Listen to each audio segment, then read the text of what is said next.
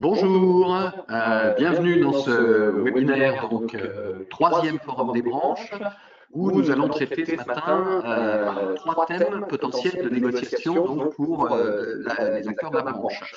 Alors ces webinaires, donc, nous avons le souci de les organiser régulièrement parce que c'est des occasions de mettre un coup de projecteur sur des sujets qui concernent plus particulièrement les branches professionnelles. Il y a assez peu d'espace où effectivement on a cette possibilité de mettre l'accent particulièrement sur ce niveau de négociation et évidemment d'échanger avec vous, de recueillir un certain nombre de questions et de faire valoir un certain nombre de points qui nous paraissent importants. Alors, ce matin, on va commencer par un petit sondage. Et donc, la question va apparaître dans quelques secondes. Un petit sondage pour planter le décor et vous demander déjà dans un premier temps comment vous vous positionnez pour les négociations donc sur les sujets que nous allons traiter ce matin. Donc, on refera le sondage tout à l'heure pour voir un petit peu quel est l'état d'esprit de chacun d'entre nous sur le sujet. Je vous laisse quelques secondes le temps de répondre à ce sondage. Donc, épargne salariale, formation professionnelle, mutuelle et prévoyance, ou rien de tout cela. Rien de tout cela ne voulant pas dire forcément pas de négociation, mais en tout cas pas sur ces trois sujets. Voilà.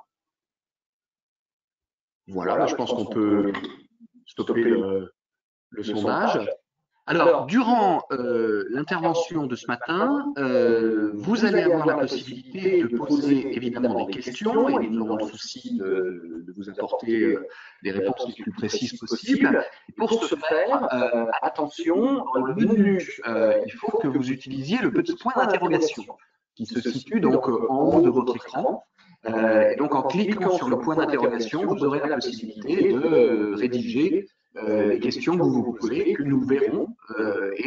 Donc, en fin de chaque intervention ou en fin globale, on verra en fonction du volume de questions, eh bien, on vous apportera une réponse. Si la question était, ça peut arriver dans certains cas, était très, très complexe, très épineuse, on pourrait utiliser notre joker et vous apporter une réponse plutôt par la suite pour prendre le temps de vérifier ce qu'il en est.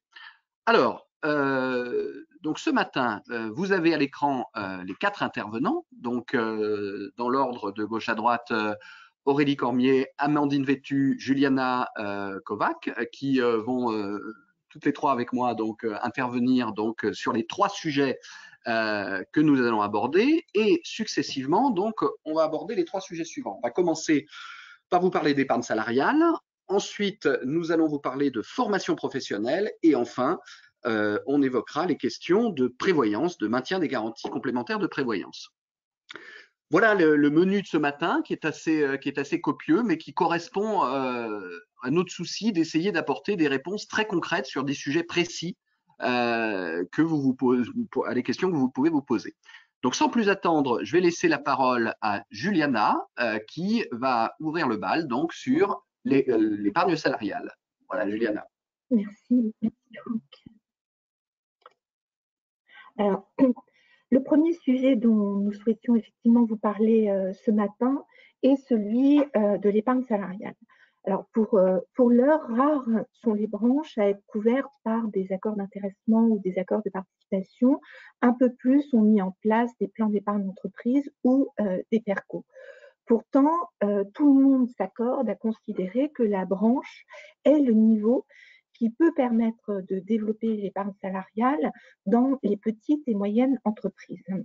C'est d'ailleurs la raison pour laquelle le législateur a plusieurs fois tenté, au cours de ces dernières années, de favoriser le développement de l'épargne salariale au niveau des branches. La première fois en 2003, lorsqu'il a ajouté l'épargne salariale à la liste des thèmes obligatoires de négociation. À partir de 2006, on a eu plusieurs textes qui ont à chaque fois imposé aux branches de négocier sur ces sujets dans des délais déterminés. Alors jusqu'au 30 décembre 2009 avec la loi de 2006, jusqu'au 30 décembre 2017 avec la loi de 2015, et en tout dernier lieu, c'est la loi Pacte du 22 mai 2019 qui a imposé aux branches de négocier sur l'intéressement, la participation participation et les plans d'épargne d'ici le 31 décembre 2020, délai qui a été reporté par la loi ASAP au 31 décembre 2021. Le fait est que ces textes et ces obligations de négocier n'ont pas vraiment porté leurs fruits.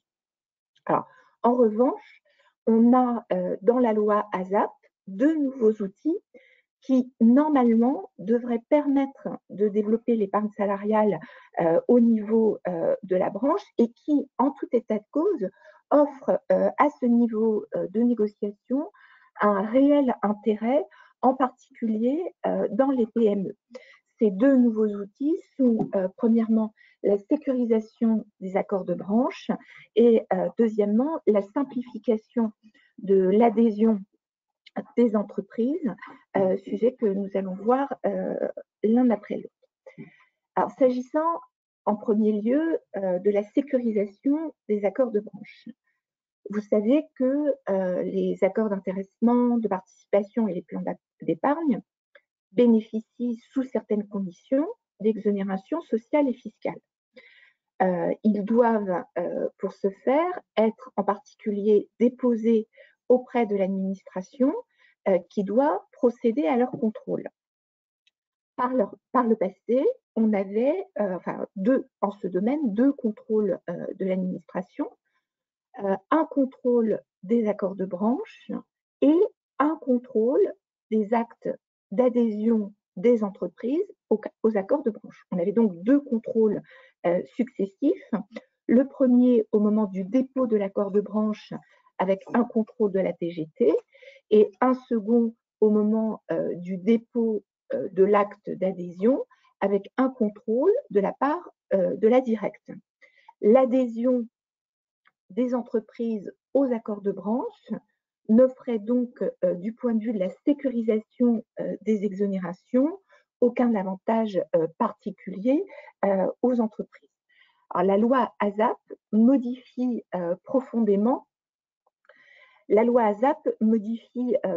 profondément cette procédure en instituant ce qu'on appelle désormais une procédure d'agrément des accords de branche. Désormais, les accords de branche, donc conclus en matière d'épargne salariale, c'est-à-dire, à chaque fois qu'on évoquera le sujet ce matin, sont les accords d'intéressement, de participation, les plans d'épargne d'entreprise et également les nouveaux plans d'épargne retraite institués par la loi Pacte. Donc, désormais, ces accords de branche sont soumis à une procédure d'agrément par le ministère du Travail. Deux observations ici. Premièrement, la procédure d'agrément ne doit pas être confondue avec la procédure d'extension. Chacune de ces deux procédures a un objet différent. L'agrément, la sécurisation des exonérations sociales et fiscales, et l'extension, le champ d'application de l'accord et son caractère obligatoire. Étant précisé que les procédures d'agrément et les procédures d'extension peuvent être naturellement menées l'une et l'autre, mais dans ce cas, précise le décret, les deux procédures sont examinées, font l'objet d'un examen concomitant par le ministère du Travail. Ça, c'était la première petite observation.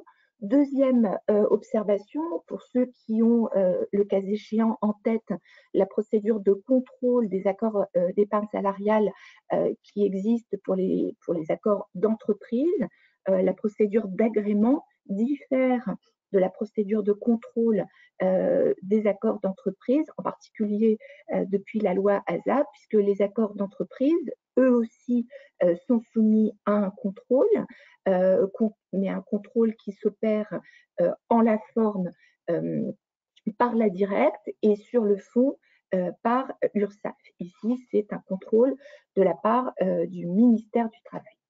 Alors, la procédure d'agrément, si on rentre maintenant dans le détail, peut être décrite de la manière suivante. Premièrement, une fois que l'accord est conclu, il doit être déposé auprès de la DGT. Petite précision ici, la procédure d'agrément ne concerne que les accords qui ouvrent droit à une adhésion de la part des entreprises. Alors, l'administration dispose, à partir du dépôt de l'accord, d'un délai de 6 mois pour procéder à son contrôle. Ce délai de 6 mois peut être prolongé d'une durée de 6 mois supplémentaires, étant précisé que dans ce cas, l'administration doit en informer la personne qui a sollicité, qui a effectué les formalités de dépôt. Pendant ce délai, l'administration peut demander le retrait ou la modification des dispositions qu'elle jugerait contraires au texte. Elle peut également demander des informations complémentaires. À l'issue de ce délai, donc soit le délai de 6 mois, soit le délai de 6 mois prolongé, l'accord peut être agréé soit au moyen d'une décision expresse, soit au moyen d'une décision implicite qui résultera du silence de l'administration. Alors, on s'en doute, l'agrément ne peut être donné qu'à des accords qui sont conformes au texte, étant précisé que le décret a pris le soin ici, donc le décret du 27 octobre 2021, a pris le soin de préciser que les accords devaient être conformes au caractère aléatoire de l'intéressement, s'agissant des accords d'intéressement, ou au caractère collectif de l'épargne salariale. Alors, dès lors que l'accord de branche est agréé, toute entreprise qui y adhère, alors on verra tout à l'heure, mais qui y adhère soit au moyen d'un accord conclu au niveau de l'entreprise, soit au moyen d'une décision unilatérale, donc toute entreprise qui y adhère bénéficie dès le dépôt de son acte d'adhésion de la sécurisation des exonérations sociales et fiscales. Autrement dit, l'URSSAF ne pourra pas procéder à un redressement au niveau de l'entreprise en considérant que l'accord de branche n'est pas conforme au texte. Alors, il y a là, vous le voyez bien, un changement très important par rapport à ce qui existait par le passé, puisque l'entreprise qui adhère à un accord agréé bénéficie dès cette date-là, dès ce moment-là, de la sécurisation sans avoir à attendre un délai supplémentaire et un second contrôle opéré par la directe. Alors, petite précision ici, il faut bien avoir en tête que, et c'est la même chose pour le contrôle des accords d'entreprise, il faut bien avoir en tête que l'agrément et la sécurisation ne portent que sur les termes de l'accord de branche. Naturellement, si l'accord de branche est dans sa rédaction conforme au texte, mais que l'application qui en est faite par l'entreprise n'est pas correcte, par exemple, l'exemple le plus simple, l'accord est conforme en apparence au caractère collectif, mais dans les faits, une catégorie de personnel est, pour une raison ou une autre, par erreur, exclue de l'application de l'accord, et bien à ce moment-là, en dépit de l'agrément et de la sécurisation, naturellement, l'URSSAF pourra procéder à un redressement qui résultera non pas d'une irrégularité dans les termes de l'accord, mais d'une irrégularité dans l'application de l'accord. Donc, on voit là que la réforme issue de la loi ASAP présente un réel intérêt pour les entreprises, puisqu'elles bénéficient donc dès le dépôt de l'acte d'adhésion de la sécurisation. Alors, quelles sont les modalités d'entrée en vigueur de la réforme? Donc, la réforme s'applique à tous les accords qui sont déposés depuis, enfin qui ont été déposés depuis le 1er novembre 2021. Cela étant, les accords antérieurs peuvent, dans certains cas, être réputés agréés. Le décret du 27 octobre 2021 envisage à cet égard deux situations.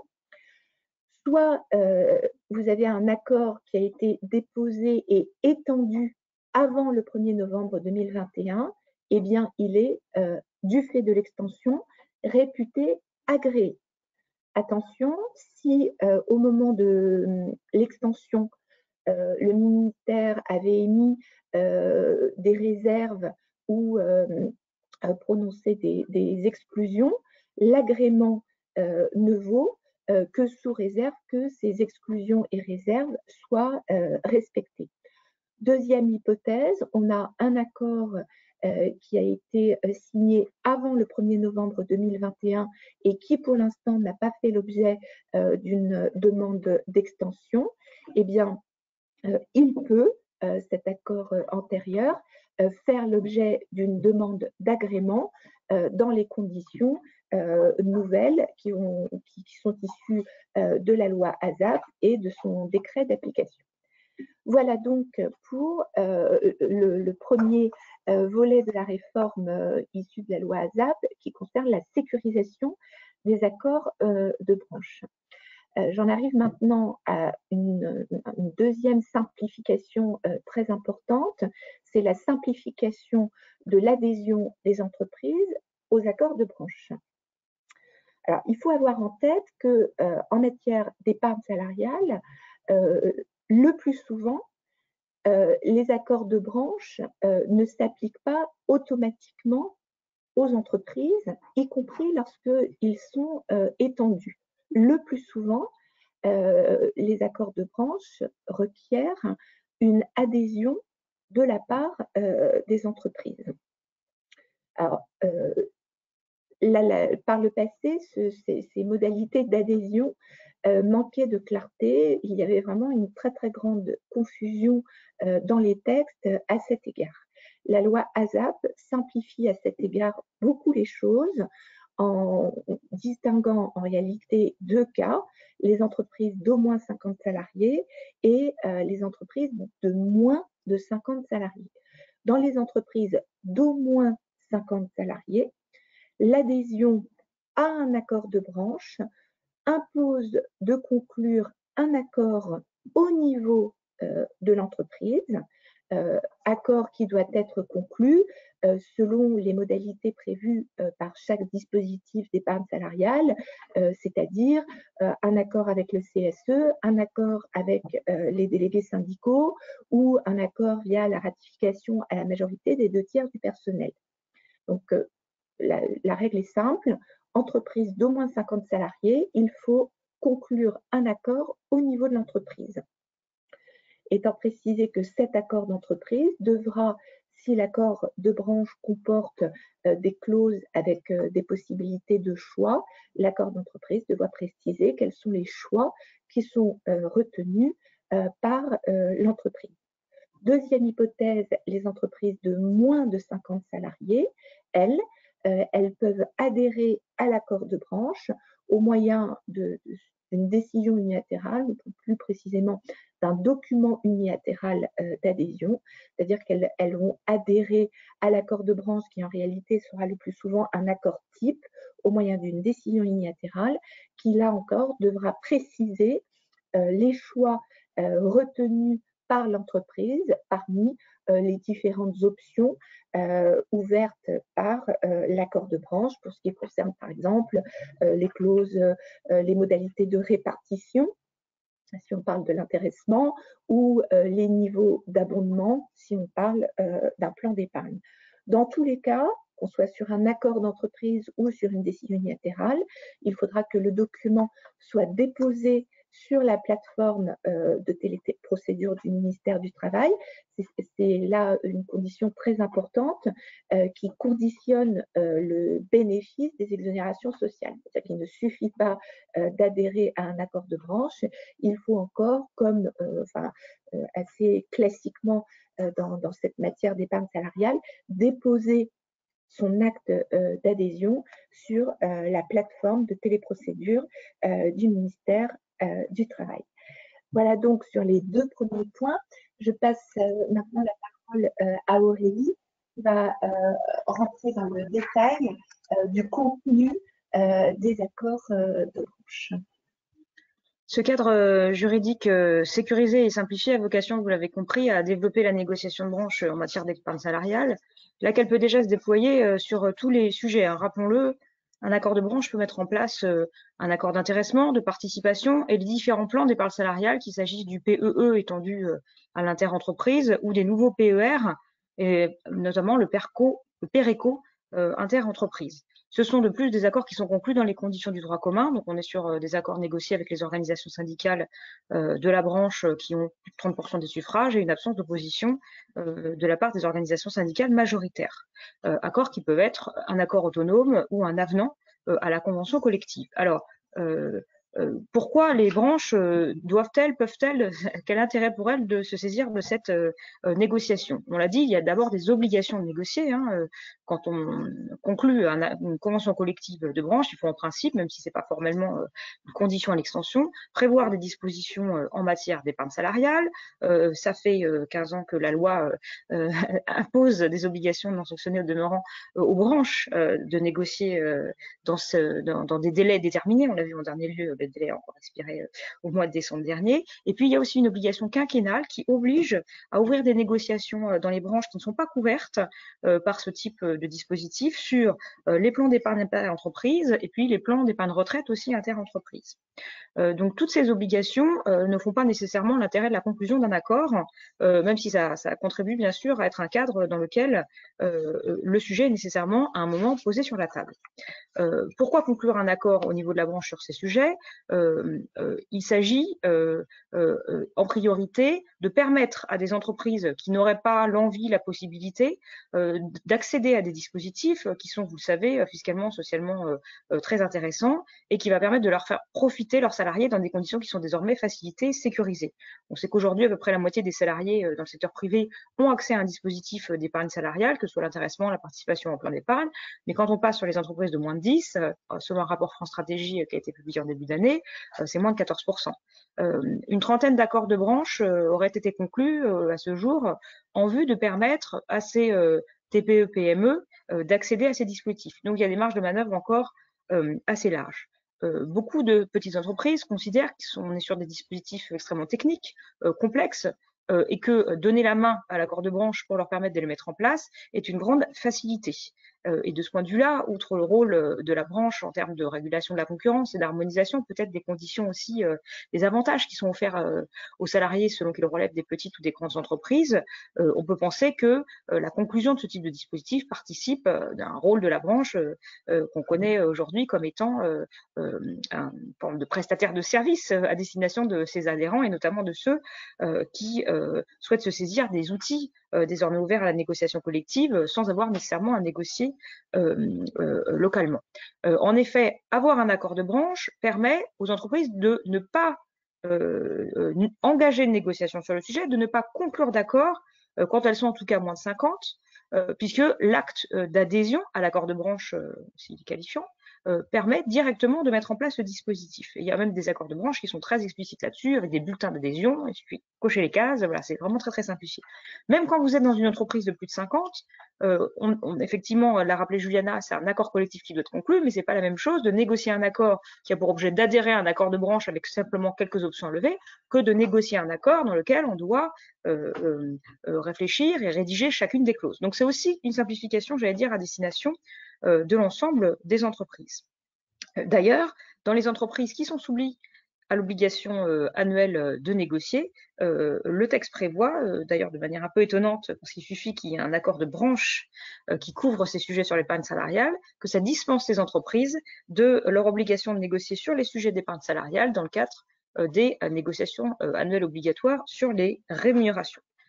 Donc, c'est quand même un des premiers leviers qui incite à conclure au niveau de la branche, c'est quand même de simplifier, de faciliter les discussions à ce sujet au niveau des entreprises, tout en augmentant leur couverture sur ces avantages qui sont, on le sait, très compétitifs. Je rappelle à cet égard que, notamment pour les petites entreprises, le forfait social, par exemple sur l'intéressement, à moins de 250 salariés, vous n'avez pas de forfait social sur l'intéressement et vous n'en avez pas du tout quand vous êtes dans les entreprises de moins de 50, sur tous les dispositifs d'épargne salariale. Alors plus spécifiquement pour l'intéressement, conclure un accord de branche permet d'élaborer un accord type qui va être adapté au secteur. Et de ce point de vue-là, la branche peut réaliser une sorte de benchmark sur les différentes pratiques qui peuvent exister au sein des entreprises du secteur, dont ne seraient probablement pas en mesure de faire les entreprises qui le composent, et d'adopter aussi des formules de calcul qui vont être adaptées à la typologie des acteurs et des salariés. De cette façon, je le disais, c'est une bonne illustration en matière d'intéressement, les petites entreprises pourraient se mettre plus en ligne par rapport aux grandes entreprises qui, elles, sont, on le sait, plus à même de proposer tout un package d'avantages extra salariaux, en matière de, on le reverra tout à l'heure, prévoyance, participation au capital de l'entreprise, et ça participe bien sûr à l'intéressement, à la participation de ces avantages divers qui rendent attractive aussi l'emploi dans les sociétés. Et puis, la loi Pacte a incité les accords de branche qui sont conclus en matière d'intéressement à réfléchir sur la mise en place de critères qui soient liés notamment à la responsabilité sociale et environnementale. Alors, il y a un décret qui prévoit un certain nombre d'exemples, ça n'est pas une obligation, mais ça peut être une façon pour les branches d'évoquer ce type de critères dont on voit qu'ils se développent dans les entreprises. Il y a de plus en plus d'accords d'entreprise, dans les grandes notamment, qui concluent des accords d'intéressement basés, alors pas exclusivement, mais avec une partie des critères fondés sur ces critères RSE. Et de ce point de vue-là, la branche peut aussi avoir un rôle moteur sur un sujet qui devient désormais central dans tous les aspects de la politique de l'entreprise. S'agissant des plans d'épargne salariale, là, il y a un double intérêt à conclure un accord de branche sur le sujet. D'abord, c'est la mutualisation que permet le rassemblement au niveau de l'ensemble des entreprises de la branche qui adhèrent au dispositif, des fonds qui vont être collectés dans le cadre des différents plans d'épargne d'entreprise, enfin plan d'épargne inter-entreprise ou Péréco inter-entreprise. En effet, regrouper tous ces fonds qui, pris isolément, auraient engendré des frais lourds, permet d'avoir une meilleure posture dans les négociations avec des partenaires financiers qui probablement ne se seraient pas intéressés à la mise en place d'un plan au niveau d'une entreprise seule de plus petite taille, un accès peut-être aussi à des formules de placement plus diversifiées et certainement donc une réduction des coûts. Dans ce cadre-là, c'est aussi la branche qui se charge de négocier et de sélectionner, dans le respect des règles relatives à la concurrence et à la transparence, le prestataire qui va gérer le plan, et donc ça facilite aussi de ce point de vue-là l'identification de ce prestataire. Et puis rappelons-nous que s'agissant plus spécifiquement de l'obligation de mettre en place de la participation, pour les entreprises qui sont soumises à titre obligatoire, mais comme pour celles d'ailleurs qui volontairement choisissent de mettre en place de la participation, ces entreprises doivent nécessairement disposer d'un plan d'épargne pour recueillir les sommes versées dans le cadre de la participation. Et le fait que la branche offre un plan d'épargne inter-entreprise prêt à l'emploi, entre guillemets, peut faciliter cette obligation afférente à la participation. Les textes prévoyant d'ailleurs que dans le règlement de PEI, il puisse y avoir intégré un accord de participation s'agissant des plus petites entreprises, de sorte que l'entreprise adhère en réalité à un PAC, le règlement et l'accord de participation qu'il contient. Donc venons-en justement au contenu de ces accords et les sujets sur lesquels il peut être intéressant de négocier. Alors, il y a un certain nombre de clauses qui sont prévues par les textes. Globalement, ce sont les mêmes clauses qui s'appliquent aux accords d'entreprise en matière d'épargne salariale et aux accords de branche. Donc, au-delà des clauses générales obligatoires, préambule, au-delà, pour répondre à une des questions qui a été posée, des clauses qui expliquent quand on fait un accord qui veut être étendu, les spécificités ou les raisons pour lesquelles ça s'applique aux entreprises de au moins de 50 salariés, ce qui peut d'ailleurs dans cette matière être assez, entre guillemets, facile, puisque comme vous l'avez vu, il y a tout un flanc de dispositifs qui sont justement à destination des dispositifs de moins de 50 salariés. Vous avez dans ces accords à traiter de toutes les clauses qui sont obligatoires en matière d'épargne salariale, donc par exemple en matière d'intéressement, définir les bénéficiaires, la formule de calcul, la répartition, les modalités d'information du personnel, etc. Avec cette spécificité de l'accord de branche par rapport à l'accord d'entreprise, qu'il est doublement optionnel. D'abord, comme le rappelait tout à l'heure Juliana, on n'est jamais obligé, quand on a une entreprise couverte par un accord de branche, de mettre en place ces dispositifs. On n'est pas obligé de mettre en place de l'intéressement. S'agissant de la participation, on doit être, le cas échéant, si on est assujetti couvert par un accord, mais qui n'est pas nécessairement celui de la branche, et on n'est pas obligé de mettre en place un plan d'épargne pour autant qu'on n'ait pas d'obligation, je le disais, sur la participation. Donc c'est toujours des dispositifs facultatifs, et par ailleurs, de plus en plus, et c'est incité par le législateur dans la dernière réforme, dans ce dispositif facultatif, on a souvent des options qui sont prévues par la branche de façon à s'adapter aux différentes caractéristiques du secteur, donc options qui peuvent être levées. C'est pour ça qu'on parle des accords types à destination des PME, hein, c'est le terme qui est employé par la loi Pacte, notamment vis-à-vis des entreprises de 50 salariés. Donc, je peux adhérer à l'accord ou pas, et quand j'adhère, je peux, le cas échéant, si les options sont ouvertes, choisir la formule qui me convient le mieux. Alors, ce système d'options est particulièrement visible en matière d'intéressement, puisque il y a un enjeu particulier, il y a une difficulté aussi qui se pose aux branches quand elles déterminent une formule d'intéressement, d'être sûres qu'elles vont calibrer la formule de façon à ce que les entreprises concernées qui vont adhérer ne se retrouvent pas, soit ne jamais verser d'intéressement parce que la formule ne donne rien, soit en verser trop par rapport à ce qui pouvait être, on va dire, légitimement attendu dans la répartition, dans les répartitions des bénéfices.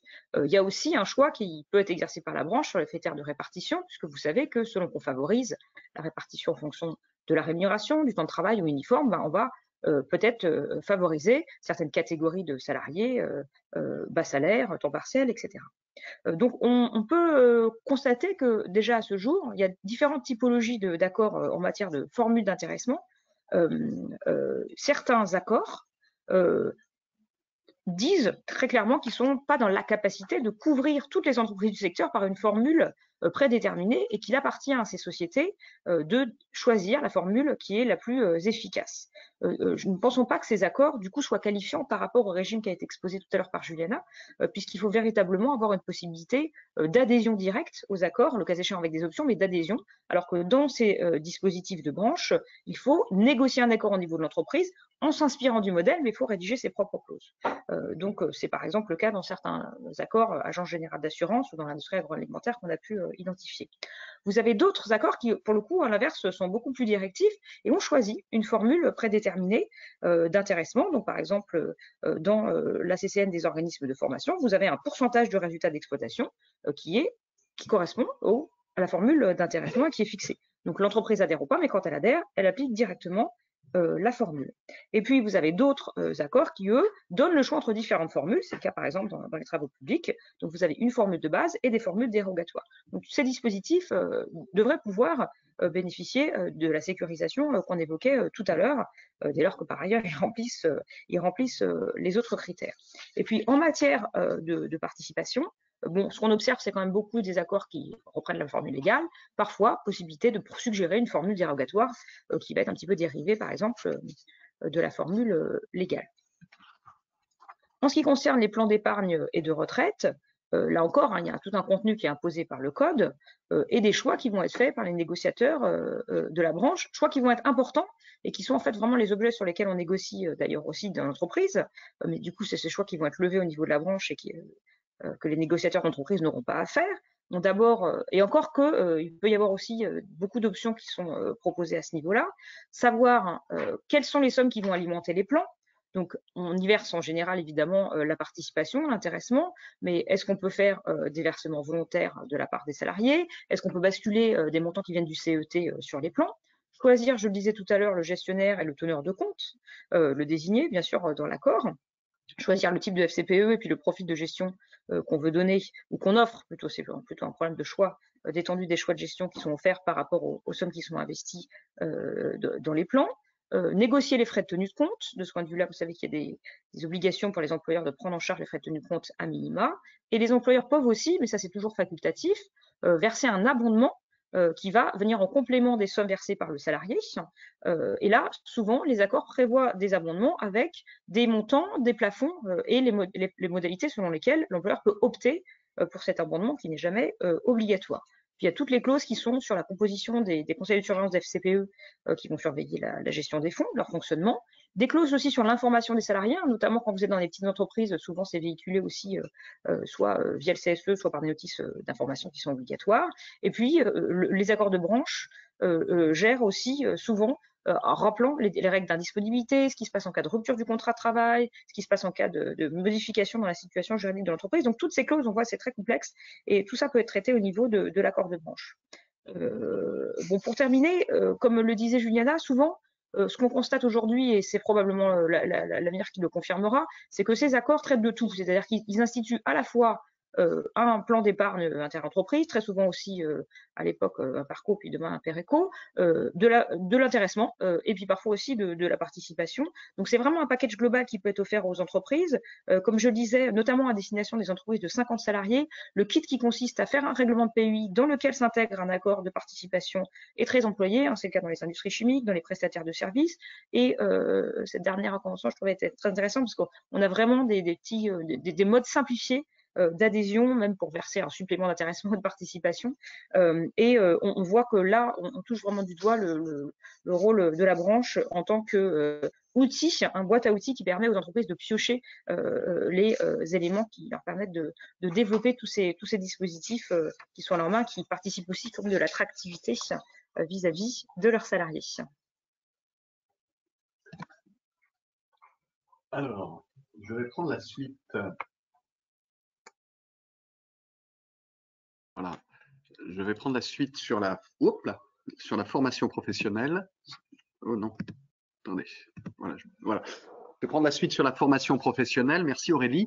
Aurélie a répondu à la question qui était posée sur les moins de 50. N'hésitez pas si vous avez un remords avec des questions qui vous viennent après. On pourra revenir évidemment tout au long du webinaire sur c'est pas parce qu'on change de thème que vous n'avez absolument plus le droit de poser de questions sur les thèmes qui ont été déjà traités. Alors, la formation professionnelle, nous allons vous présenter avec Amandine Vétu les différents leviers qui sont susceptibles d'être mobilisés dans ce domaine. Alors, d'abord, ce qu'il faut savoir, c'est que la formation professionnelle est historiquement un sujet, je dirais, identitaire pour la branche. C'est-à-dire, c'était dans les 4 fameux domaines, dans la loi du 4 mai 2004, qui définissait les 4 domaines sur lesquels la branche pouvait fixer des prescriptions qui s'imposaient de fait, sans avoir besoin de l'indiquer dans l'accord de branche. La mutualisation des fonds de la formation professionnelle faisait partie, dès 2004, de ce contenu. Et force est de constater, on le verra tout à l'heure quand on verra les chiffres sur le nombre d'accords, que c'est un des grands classiques du menu des discussions au niveau de la branche. Alors, un petit point d'abord un peu général, introductif, sur le fait qu'il existe au niveau de la branche, comme c'est le cas d'ailleurs au niveau de l'entreprise sur d'autres sujets, mais en tout cas il y a des sujets au niveau de la branche où sont prévus des mécanismes de négociation périodique obligatoires. Alors, la périodicité de cette négociation obligatoire en matière de formation professionnelle, elle est, à défaut de toute précision par un accord, de 3 ans. Un accord a la possibilité de modifier cette périodicité, un accord de branche, donc forcément, et il peut, dans cette modification de la périodicité, aller jusqu'à 4 ans, mais pas au-delà de 4 ans. Donc ça, c'est un premier point qui peut être évoqué dans le cadre de l'agenda social et de la définition de l'agenda social. Périodicité des négociations obligatoires. Si vous ne dites rien, ça sera 3 ans. Alors, le menu de cette négociation est précisé par le Code du travail, puisqu'on voit bien que le rôle de la branche en matière de formation professionnelle, il va être plutôt stratégique. C'est-à-dire, il va être un rôle de définition, de préparation de l'avenir, de définition d'un certain nombre de formations qui doivent être organisées pour permettre de répondre aux besoins du secteur d'activité. Et puis, on va le voir aussi, de mobilisation d'un certain nombre d'outils, d'un certain nombre de leviers pour donner corps à ces priorités. Ces outils et ces leviers permettent, et c'est l'intérêt de cette approche de branche, permettent, dans la plupart des cas, d'avoir un impact de nature financière, c'est-à-dire de lever des moyens particuliers qui, sans l'accord de branche, soit n'auraient pas pu du tout être levés, soit l'auraient été dans des conditions beaucoup moins intéressantes. Donc ça, c'est un point important. Alors, les grands items de la négociation, donc c'est la nature des actions de formation, la question des moins qualifiés, la question du plan de développement des compétences et du CPF, et on vous dira quelques mots tout à l'heure de l'abondement du CPF, puisque vous savez que le CPF est à la main des actifs, et donc on pourrait se dire c'est à la main des actifs, donc du coup les entreprises n'ont pas de rôle en la matière, mais si, il y a des possibilités d'abondement, et la branche peut s'intéresser à ces possibilités d'abondement, et on vous dira comment. Et puis les formations assurant l'adaptation des salariés à l'évolution de leurs emplois. Alors, négociation obligatoire, périodique, bien sûr, mais attention, et c'est fréquemment le cas d'ailleurs, vous le savez bien, ça n'est pas parce qu'il y a une périodicité de négociation obligatoire sur le sujet qu'il vous est rigoureusement interdit de parler de manière négociée ou même de manière pas négociée, même dans le cadre des commissions paritaires, de parler de formation professionnelle le reste du temps. Vous avez tout à fait la possibilité, au moment qui vous paraît opportun, en fonction de tel ou tel élément d'actualité de la branche ou tel besoin particulier qui se referait jour au niveau de la branche, d'engager, indépendamment des négociations obligatoires, des négociations sur la formation professionnelle. Alors, quelques chiffres. Ces chiffres sont intéressants, ils sont issus du bilan de la négo que je vous recommande d'ailleurs, soit dit en passant, ce document qui est publié sur le site du ministère du Travail, qui est une petite mine d'informations extrêmement intéressante, puisque chaque année, on a un état des lieux de la négociation collective, tant de branches que d'entreprises, les thèmes, les nombres d'accords, les caractéristiques des accords, les clauses négociées. Et donc, on voit bien que si je mets de côté la question des salaires, parce qu'évidemment, les minima de salaire étant un grand classique de la négociation de branche, il est tout à fait normal que, je dirais, la première place du podium soit occupée par la question des salaires. Mais on voit bien sinon que la formation professionnelle est le thème, après les salaires, est le thème le plus négocié au niveau de la branche. Donc, ce qui véritablement donne corps à cette question identitaire de la place de la formation professionnelle au niveau de la branche et du fait, du reste, que dans les fameux 3 blocs que nous avions eu l'occasion de vous présenter sur la primauté d'entreprise ou primauté de branche, eh bien la mutualisation des fonds de la formation professionnelle figure toujours parmi le bloc de la branche, c'est-à-dire le fameux bloc 1, où la branche, les stipulations conventionnelles de la branche priment sur les stipulations des accords de niveau inférieur et qu'il ne peut y être dérogé. Voilà, je vais donner la parole maintenant à Amandine qui va vous parler donc du premier sujet. On va évoquer 4 sujets, les contributions conventionnelles, l'abondement, ce qu'on appelle la Pro A, qui a pris le relais des périodes de professionnalisation, et la question des coûts contrats en matière d'apprentissage. Donc, Amandine va commencer en parlant des contributions conventionnelles. Merci beaucoup, Franck. Oui, alors, Franck, vous le rappelez, en matière de formation professionnelle, le rôle de la branche est véritablement essentiel et les pouvoirs publics attendent des branches qu'elles définissent, qu'elles mettent en œuvre une politique stratégique, ambitieuse en matière de formation professionnelle. Pour cela, il faut évidemment, pour mettre en œuvre cette politique ambitieuse, il faut évidemment des fonds, d'où l'intérêt du premier thème, du premier sous-thème qu'on souhaitait aborder avec vous ce matin, qui concerne les contributions conventionnelles qui peuvent être mises en place par accord de branche. En effet, le législateur prévoit, à l'article L6332.1.2 du Code du travail, la possibilité pour les OPCO de collecter des contributions conventionnelles instituées, mises en place par la branche, par accord de branche, et qui s'imposent aux entreprises et qui vont venir s'ajouter aux contributions légales. Alors, on peut évidemment se poser la question de l'intérêt de ces contributions qui viennent un peu alourdir le poids de la formation professionnelle, le coût de la formation professionnelle pour les entreprises. En fait, indépendamment de ce coût pour les entreprises, l'enjeu principal de ces contributions conventionnelles réside dans le fait qu'elles seront mutualisées, nous dit le texte, au niveau de la branche. Contrairement aux contributions légales, elles ne seront pas mutualisées au niveau national, elles seront réservées au bénéfice de la branche, donc au bénéfice des seules entreprises et des seuls salariés de cette branche. Et c'est tout l'intérêt, puisque ces contributions, finalement, vont être instituées au plus près des bénéficiaires et au plus près de la branche. C'est l'intérêt principal de ces contributions conventionnelles. Plus précisément, l'article L6332.1.2 du Code du travail précise que ces contributions conventionnelles ont pour objet le développement de la formation professionnelle continue. Qu'est-ce que ça signifie en pratique? Ça signifie que ça va permettre à la branche, évidemment, de financer, à la branche et aux entreprises, de financer la politique de formation professionnelle spécifiquement mise en œuvre au niveau de la branche, donc vraiment une approche globale.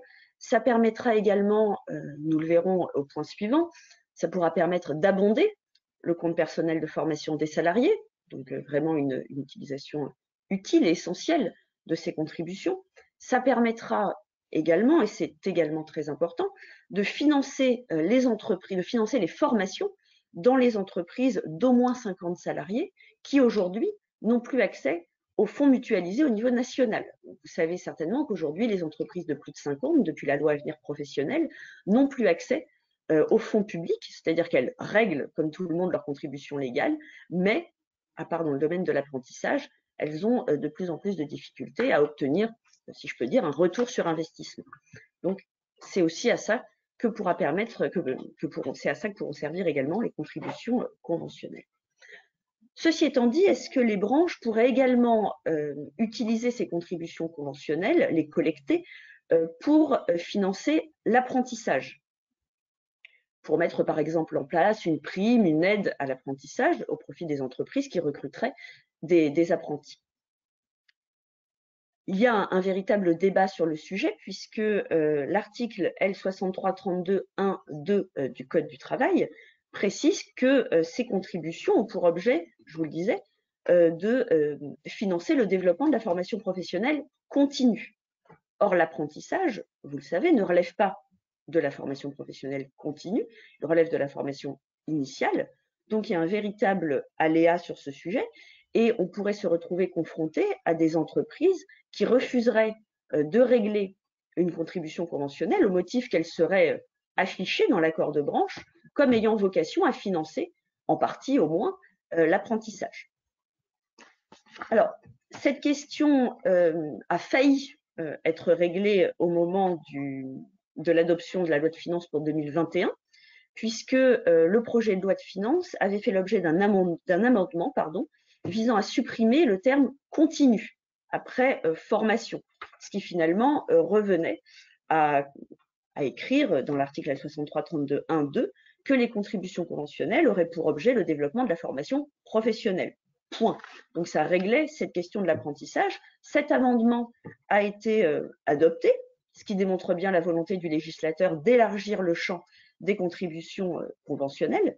Mais malheureusement, le texte en question, l'article 269 de la loi de finances pour 2021, a fait l'objet d'une censure du Conseil constitutionnel dans la loi du 28 décembre 2020. Alors pas pour des motifs de fond, forcément, mais parce que ce texte, cet article, ne visait pas des impositions de toute nature, mais des impositions volontaires, une contribution volontaire, et que donc ce texte n'avait malheureusement pas sa place dans le projet de loi de finances qui était étudié par le Conseil constitutionnel. Donc aujourd'hui, l'aléa demeure toujours.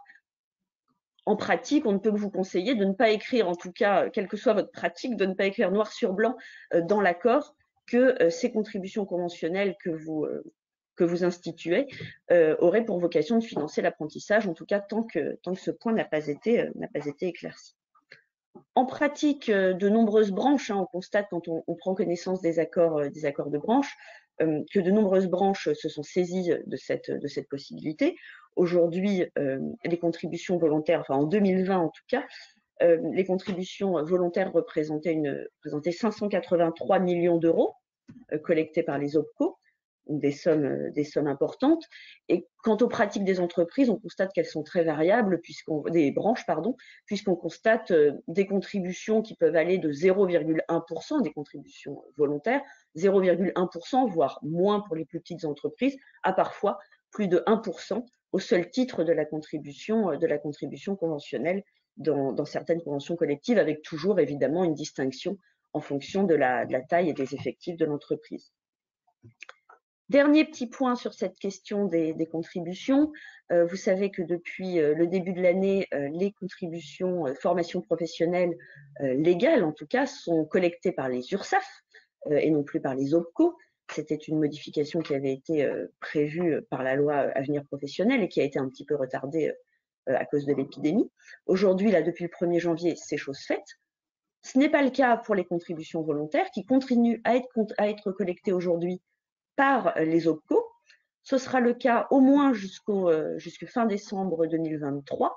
Et à partir du 1er janvier 2024, les contributions conventionnelles, la collecte des contributions conventionnelles pourra, sur option, ce ne sera pas une obligation, ce ne sera pas automatique, tout ça pourra être transféré aux URSSAF avec évidemment derrière l'enjeu de sécurisation de la collecte, puisque les entreprises seront peut-être beaucoup plus promptes à régler leurs contributions auprès de l'URSSAF qu'auprès des OPCO. Voilà en quelques mots ce que nous voulions vous dire sur les contributions conventionnelles.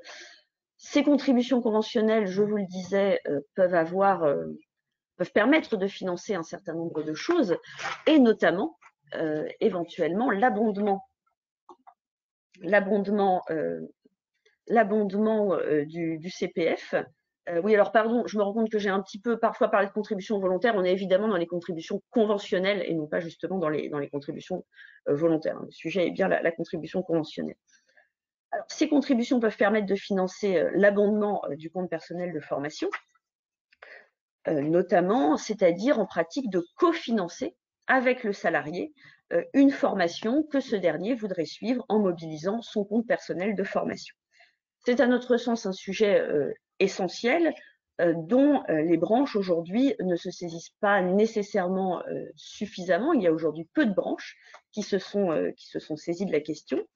Alors pourquoi est-ce que c'est essentiel? D'une part parce que les fonds consacrés à la formation, consacrés au compte personnel de formation, sont aujourd'hui considérables. Pour 2022, c'est 1,4 milliard consacré au compte personnel de formation, donc une manne de financement très importante, manne de financement sur laquelle pourtant, Franck vous le rappelait en introduction, ni les employeurs ni les branches n'ont la main. Le compte personnel de formation est un outil qui est exclusivement à la main du salarié, et ni les branches ni les entreprises ne peuvent décider à sa place de la formation qui sera suivie via ce compte personnel de formation. Ensuite, c'est également essentiel parce que on constate que dans certains secteurs, et on en parle beaucoup aujourd'hui, les organisations patronales en parlent beaucoup à l'approche des élections présidentielles, on constate qu'en dépit des difficultés de recrutement que peuvent connaître certains secteurs, certaines branches, certaines entreprises, le compte personnel de formation n'est pas utilisé pour suivre des formations certifiantes et a fortiori pour suivre des formations certifiantes sur des métiers en tension, donc pour pallier les difficultés de recrutement des branches.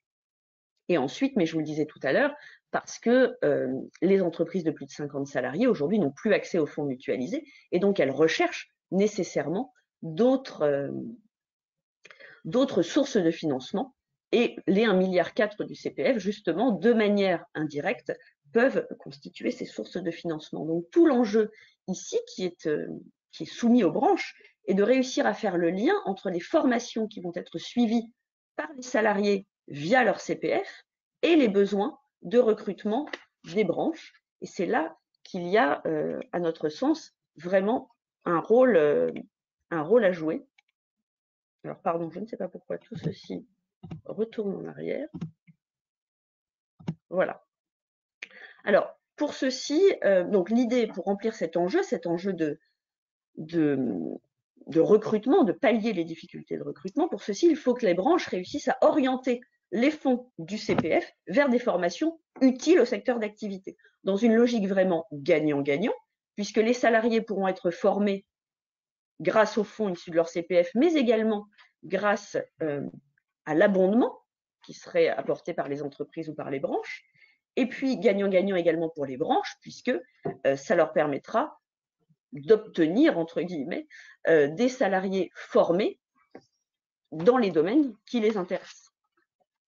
Pour cela, la branche dispose de 2 leviers d'action. Elles peuvent tout d'abord, via la négociation, guider les entreprises dans leur politique d'abondement. La branche peut négocier sur la définition des objectifs et des priorités de formation des entreprises dans le cadre du CPF. Donc, en pratique, ça consiste pour les branches à indiquer dans l'accord quelles sont les formations sur lesquelles les entreprises doivent concentrer leurs efforts, quelles sont les formations que les entreprises devront abonder, comment elles devront un petit peu guider les salariés vers telle ou telle formation. Alors, pas imposer, hein, mais vraiment guider et non pas imposer.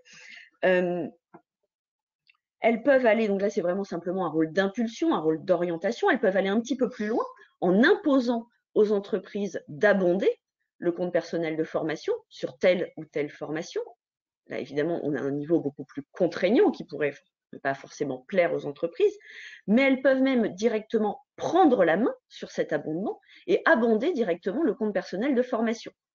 Puisqu'un accord collectif de branche peut prévoir véritablement non seulement des modalités d'alimentation plus favorables, mais également un abondement sur telle ou telle formation qu'elle estimerait prioritaire ou tel public qu'elle estimerait devoir être plus spécifiquement formé. La branche de la sécurité sociale, les organismes de sécurité sociale a déjà été dans ce sens, la branche de la mutualité également, les bureaux d'études techniques. Et cet abondement pourra être financé via notamment les contributions conventionnelles dont on parlait un petit peu plus tôt. En pratique, comment cela va se passer? Aujourd'hui, les branches ont accès directement, au même titre que Pôle emploi, au même titre que les entreprises, au même titre que les régions, les branches ont accès à l'application Mon compte formation. Elles peuvent donc directement abonder les formations via l'application Mon compte formation, ce qui signifie en pratique que lorsque le salarié va se connecter à l'application, à son compte formation, il va voir directement quelles sont les formations qui sont abondées ou non par la branche et il va être logiquement incité à suivre les formations pour lesquelles il y a une participation conventionnelle de la branche. À cette fin, elles peuvent aujourd'hui signer des conventions tripartites avec la Caisse des dépôts et consignations et leur OPCO pour indiquer dans cette convention quelles sont les formations qu'elles favorisent, les publics, quelles sont également les modalités d'abondement. Vous allez pouvoir prévoir, par exemple, une prise en charge forfaitaire, 1 000, 2 000, 3 000 euros pour une formation. Vous pouvez également prévoir, au contraire, un pourcentage de prise en charge de la formation, avec ou sans plafond d'ailleurs, et également moduler le système en fonction des formations ou des publics que vous souhaitez favoriser. Vous n'êtes évidemment pas obligé de prévoir quelque chose d'uniforme. Plusieurs branches ont déjà signé de telles conventions. C'est le cas de Syntec, c'est le cas des branches agricoles, alimentaires et de la pêche à travers le ROPCO, à travers un accord qui a été signé directement entre l'OPCO et la Caisse des dépôts et consignations, mais également de la branche de la sécurité sociale. La branche de la mutualité également doit ou a peut-être vraiment, là c'était imminent, signer également une convention avec la Caisse des dépôts. Voilà, donc une illustration de l'utilisation des contributions conventionnelles, l'abondement, qui est encore une fois à notre sens un sujet essentiel dont il est très important de se saisir, notamment pour pallier toutes les difficultés et répondre aux questions posées par les métiers en tension dont on parle beaucoup aujourd'hui. Je laisse la main à Franck pour aborder la question notamment de la PROA. Alors, effectivement, la PROA, ça veut dire quoi PROA déjà? Parce que c'est un acronyme un peu barbare. Hein. En fait, il s'agit de professionnalisation par l'alternance, le A étant alternance. Alors, PROA ne vient pas de nulle part. PROA est en réalité… Ah, attendez, je me suis trompé. Voilà. PROA est en réalité le successeur des périodes de professionnalisation.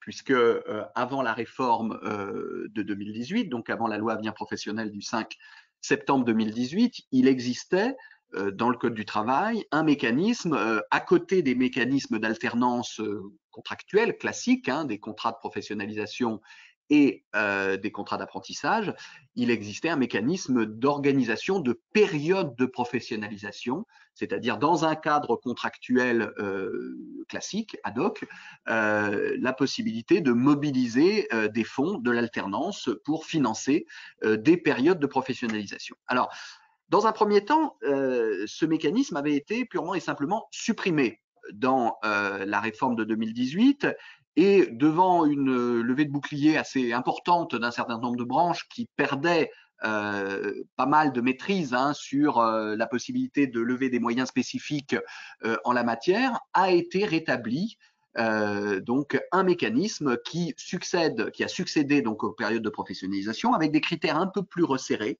et notamment avec le fait que l'une des conditions, on va le voir, d'utilisation de la PROA, c'est précisément le fait qu'il existe un accord de branche étendu. Donc là, la branche a vraiment je dirais, une occasion de montrer pleinement sa valeur ajoutée parce que c'est la branche qui dispose du sésame, de la possibilité d'ouvrir l'accès ou pas à des financements PROA, donc ex-période de professionnalisation. Alors, c'est quoi la PROA ? La finalité de la PROA, c'est de permettre à un salarié de changer de métier ou de profession ou de bénéficier d'une promotion sociale ou professionnelle, avec des actions de formation, des actions de VAE notamment. Et ces actions de formation, elles doivent, comme c'était d'ailleurs le cas antérieurement pour la période de professionnalisation, elles doivent remplir un certain nombre de conditions en termes de durée. La durée ne peut pas être inférieure à 150 heures.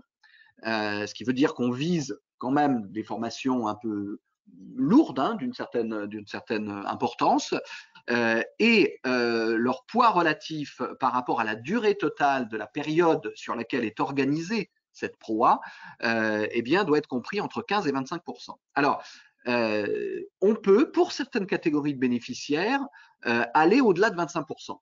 Et alors, ça, c'est un autre point intéressant sur lequel la branche a pleine possibilité effectivement d'apporter sa pierre à l'édifice et d'apporter sa valeur ajoutée, c'est précisément le fait de définir les situations, les catégories de bénéficiaires donc pour lesquels on estime, la branche estime, les négociateurs de la branche estiment qu'il est absolument indispensable que le poids relatif de l'action de formation soit plus élevé que 25%.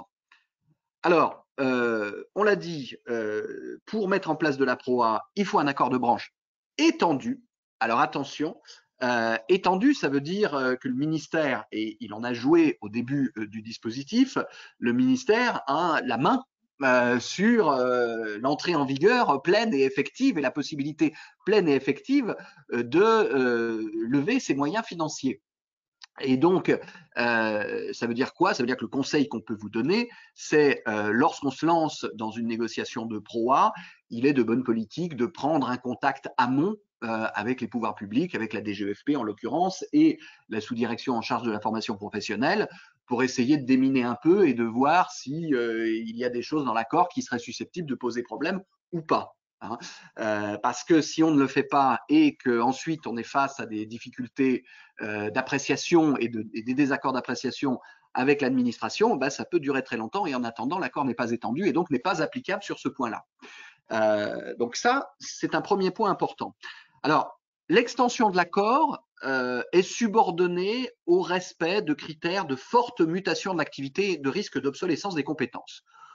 C'est très valise comme truc, c'est très très général et en réalité ce qu'il faut retenir c'est que le ministère du Travail, et c'est assez logique avec l'historique du dispositif, se réserve de fait une forme de pouvoir d'opportunité assez large, comme pouvoir d'opportunité dont il dispose d'ailleurs d'une manière plus générale en matière d'extension, en dehors de ce sujet particulier, mais sur ce sujet particulier, eu égard à l'impact financier, il se réserve un pouvoir d'opportunité assez large sur le sujet. Alors, pour autant, on a quand même plus de 100 accords de branche, c'est ce que nous dit le projet de loi de finances, le fameux jaune budgétaire. Alors aussi, je renvoie sur le site internet, c'est une mine d'informations, pareil, là aussi, si vous cherchez des informations chiffrées sur la formation professionnelle, je vous renvoie au jaune budgétaire qui est accessible sur les sites des assemblées parlementaires notamment, et qui est un document qui porte ce nom parce que sa couleur est jaune, sans originalité,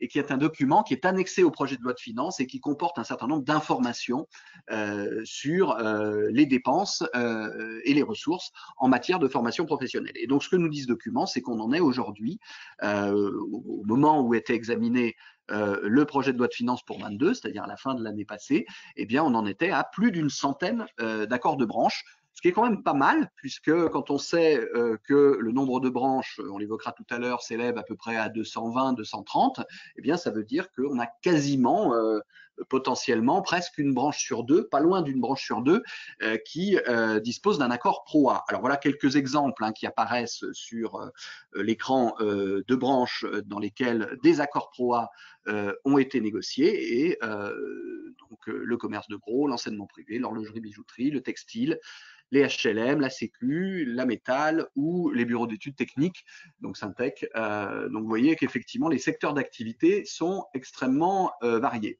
Alors pourquoi c'est intéressant de négocier du PROA?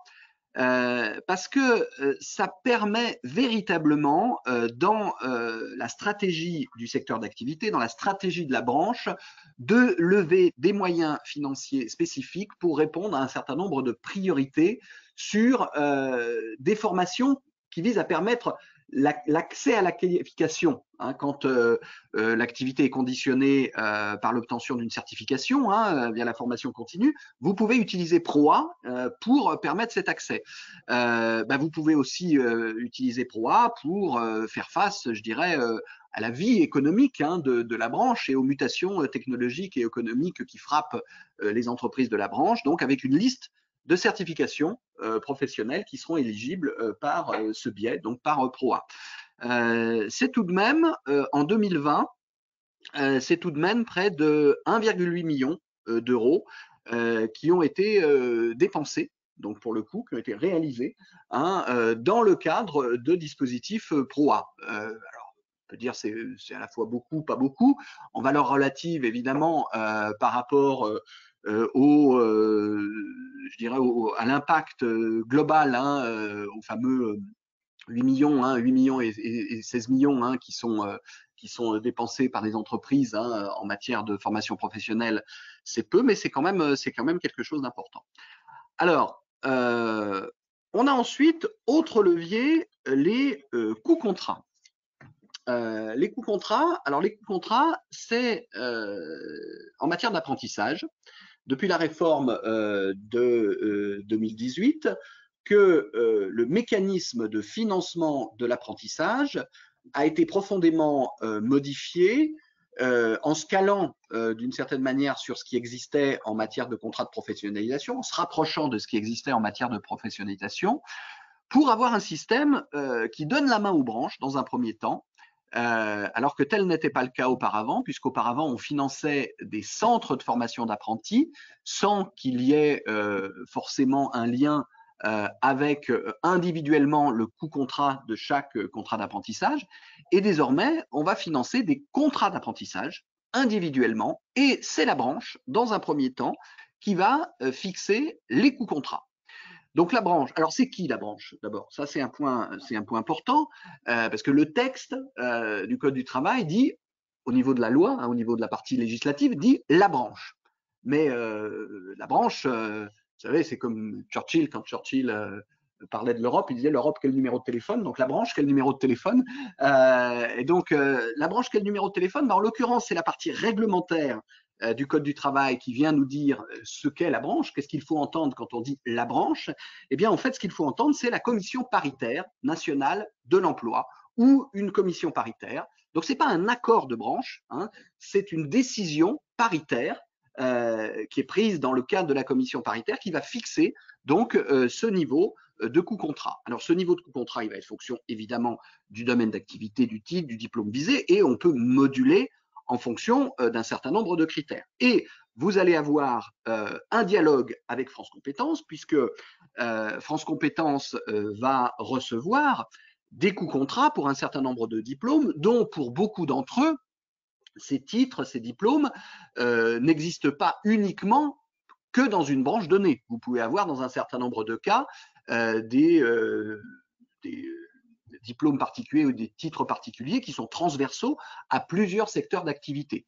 Et dans l'hypothèse même où tel ne serait pas le cas et où le titre ou le diplôme visé serait extrêmement spécifique à la branche, au secteur d'activité, il y a quand même aussi, malgré tout, même si ce n'est pas transversal, un souci quand même de cohérence par rapport cette fois au niveau, sans doute au niveau du diplôme préparé et par rapport à ce qu'on peut rencontrer dans d'autres secteurs d'activité. Et donc, France Compétences va jouer le rôle un peu de coordinateur, de mise en cohérence, et donc il va y avoir un dialogue avec la branche où France Compétences va faire un certain nombre de recommandations en disant soit votre coût contrat il est très bien, je le prends comme ça, soit votre coût contrat il est manifestement trop élevé, ce sera plus souvent dans ce sens, trop élevé, et donc je vous recommande de le baisser à temps, et c'est France Compétences qui aura le dernier mot. en la matière, puisque France Compétences a la possibilité, en dernier ressort, et le ministre en dernier ressort, de prendre un décret de carence lorsqu'il n'y a pas de coût contrat et de fixer le niveau de ce coût contrat.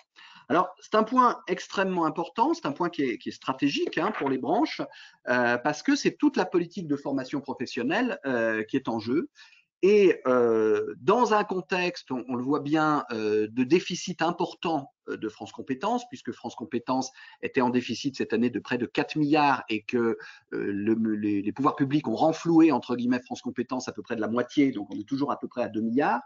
On s'attend, il y a eu d'ailleurs un rapport parlementaire il y a quelques jours sur le sujet, on s'attend potentiellement à resserrer les boulons, on va dire les choses comme ça, un resserrage de boulons, c'est-à-dire dans les années à venir à ce que France Compétences baisse, peut-être pour les niveaux de qualification les plus élevés en tout cas, puisque c'est là que les coûts contrats seront les plus forts, baisse potentiellement les coûts contrats.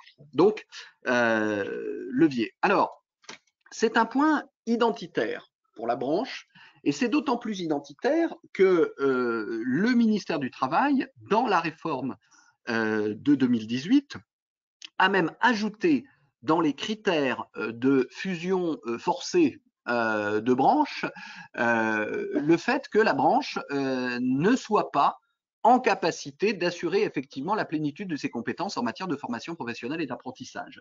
Et donc, ce qui veut dire, par exemple, n'est pas transmis à France Compétences de coûts contrats sur le sujet.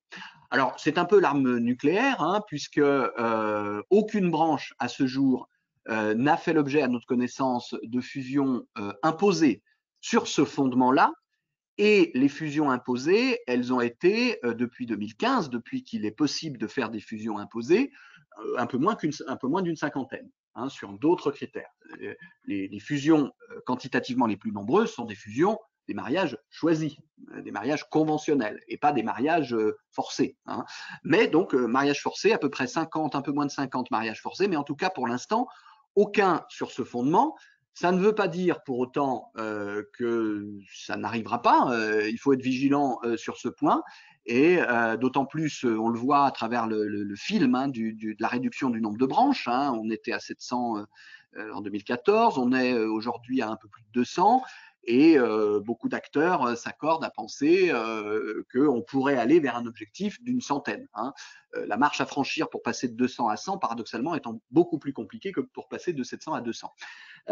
Mais donc, voilà, ça fait partie des sujets, sans doute, qu'il faut suivre de très près. Voilà sur la formation professionnelle. Comme il n'y a pas de questions, je vais donner la main à Juliana, qui va nous parler de garantie complémentaire de prévoyance. Merci Franck. En effet, l'autre sujet sur lequel les branches pourraient ouvrir des négociations cette année, c'est celui de la protection sociale complémentaire avec l'actualisation des régimes en vigueur pour tenir compte de l'instruction du 17 juin 2021 qui impose d'assurer le maintien des garanties dans les cas de suspension du contrat de travail. Alors, par le passé,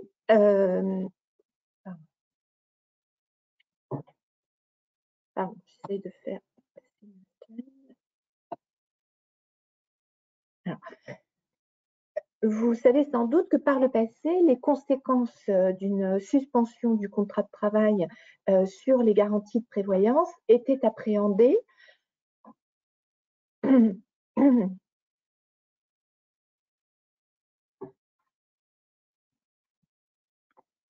Donc, pardon, vous savez sans doute que par le passé, les conséquences de la suspension du contrat de travail sur les garanties de prévoyance étaient appréhendées en partie par une circulaire du 30 janvier 2009. La crise sanitaire a suscité à cet égard de nombreuses interrogations, en particulier pour les salariés placés en activité partielle. La loi du 17 juin 2020 avait prévu pour ces derniers le maintien des garanties de prévoyance, mais jusqu'au 30 juin 2021 seulement. la direction de la sécurité sociale a décidé de pérenniser ce maintien et de l'étendre à d'autres cas de suspension du contrat de travail. C'est l'objet de l'instruction du 17 juin 2021 qui a été complétée par une lettre de la direction de la sécurité sociale du 19 octobre 2021. Alors, que prévoit cette instruction? L'instruction opère une distinction entre deux cas.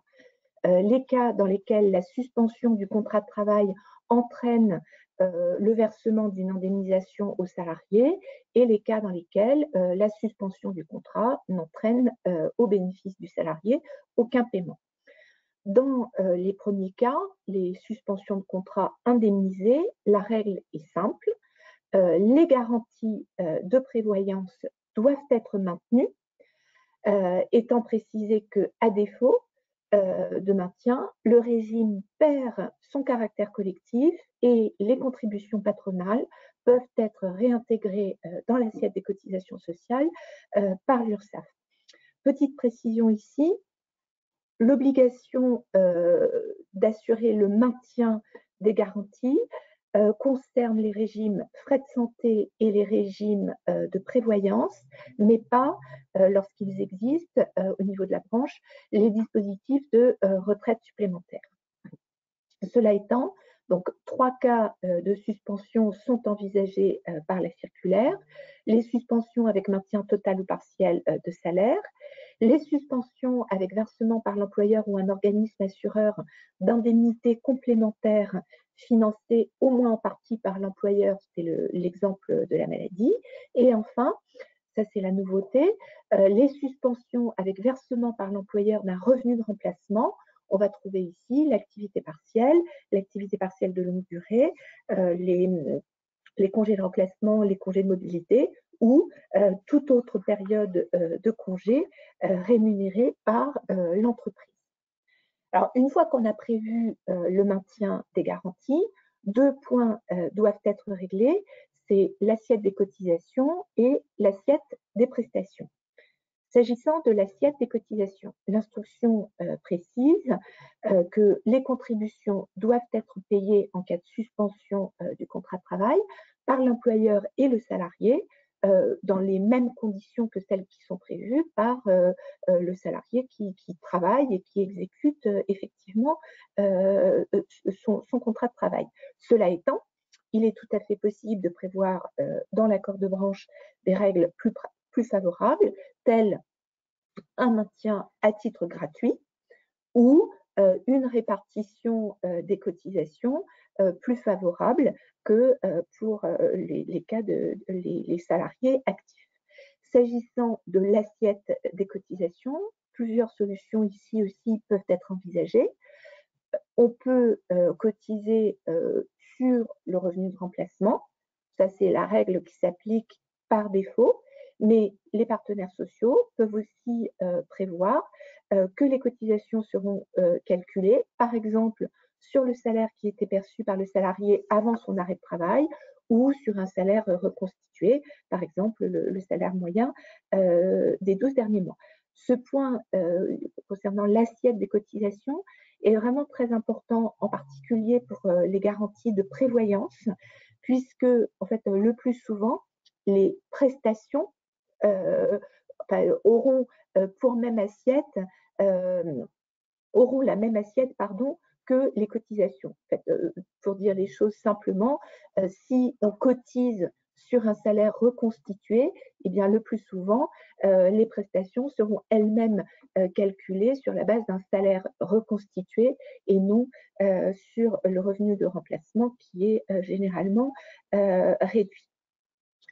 S'agissant donc de l'assiette des prestations, de la même façon, il faut bien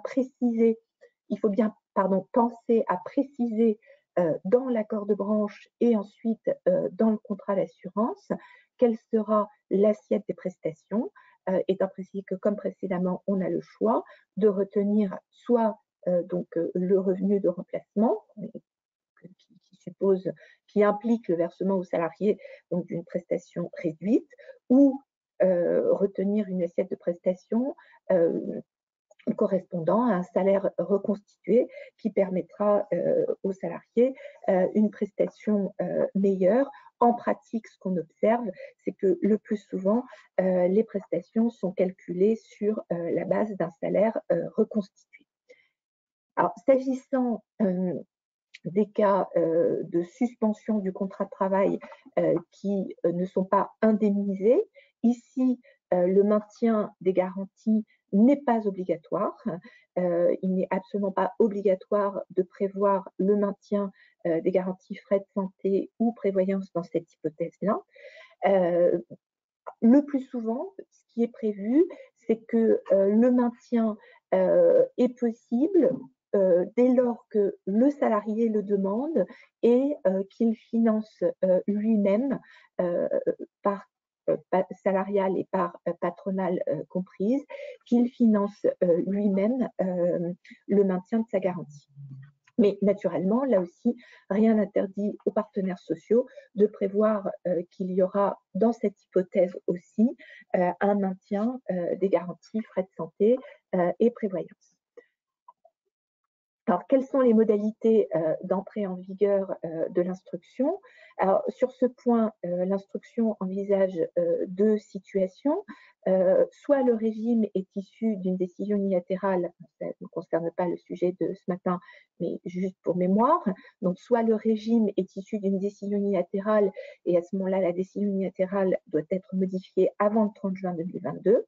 Alors, lorsque le régime est issu d'un accord collectif et en particulier d'un accord collectif de branche, les partenaires sociaux disposent d'un délai plus long puisqu'ils ont jusqu'au 31 décembre 2024 pour modifier l'accord de branche, étant précisé, cela étant, que l'instruction s'applique depuis le 1er juillet 2021 et que, par ailleurs, les contrats d'assurance doivent être modifiés d'ici le 1er janvier 2023.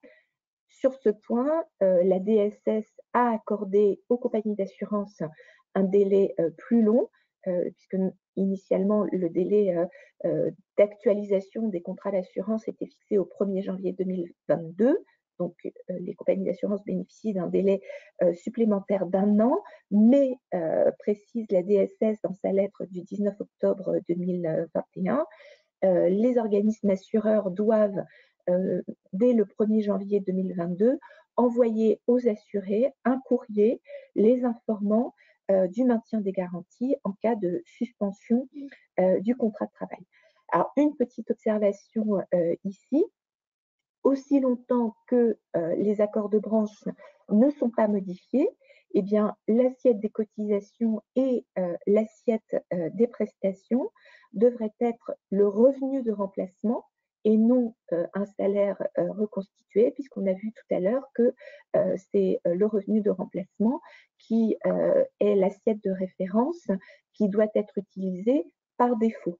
La prise en compte d'un salaire reconstitué doit impérativement être prévue par l'accord de branche. Ce point peut être un élément qui peut inciter les partenaires sociaux à se saisir rapidement du sujet sans attendre l'échéance du 31 décembre 2024. Voilà donc, nous avons fait le tour donc des 3 sujets qui nous semblaient importants d'aborder avec vous ce matin. Je redonne la parole à Franck. La conclusion. Alors, merci à tous. Donc, on va vous reposer la question du sondage qu'on avait posé en début, qui va apparaître. Donc, voilà. Peut-être une précision. Évidemment, vous aurez la possibilité, si vous le souhaitez, de recevoir les slides, si vous nous demandez de les recevoir. Par ailleurs, vous allez remplir un bilan, une évaluation de ce webinaire, et il nous serait intéressant, puisque nous en sommes au 3e forum des branches et qu'il y aura un 4e forum des branches cette année, eh bien, il nous serait intéressant de savoir quels sont les sujets que vous souhaiteriez que nous puissions traiter dans les prochains forums des branches. Voilà, on a traité pas mal de sujets pour l'instant, mais le champ du possible est assez vaste, et donc ça sera toujours intéressant de disposer de votre retour en la matière. Voilà, je pense qu'on va arrêter le sondage, et donc on a les résultats ou pas Alors alors ça se répartit de manière assez égalitaire, puisqu'on a un quart, un quart, un quart, un quart. C'est-à-dire on a à peu près un quart des personnes concernées chaque fois qui vont répondre. Donc seulement un quart qui ne négocieront sur aucun des 3 sujets et un quart sur chacun des autres sujets. Donc ce qui est assez intéressant. Alors je ne sais pas quel était le résultat au début. Si on a le résultat, puisque nous avions posé la question tout à l'heure. Alors au début, on avait beaucoup moins de répondants sur la prévoyance et un peu moins sur la formation professionnelle. Alors en même temps, le nombre de répondants en valeur absolue n'était pas le même, hein, donc je suis pas sûr qu'on puisse comparer les deux sondages complètement, puisque on n'a pas tout à fait le même nombre de répondants d'une part à l'autre. Voilà, bon, pour la petite histoire, c'est assez intéressant. Il me reste à vous souhaiter une bonne journée, plein de bonnes choses donc pour la suite des opérations au niveau de chacune des branches que vous représentez, et à votre disposition pour répondre à toute question que vous pourriez avoir. À bientôt. Au revoir. Au revoir.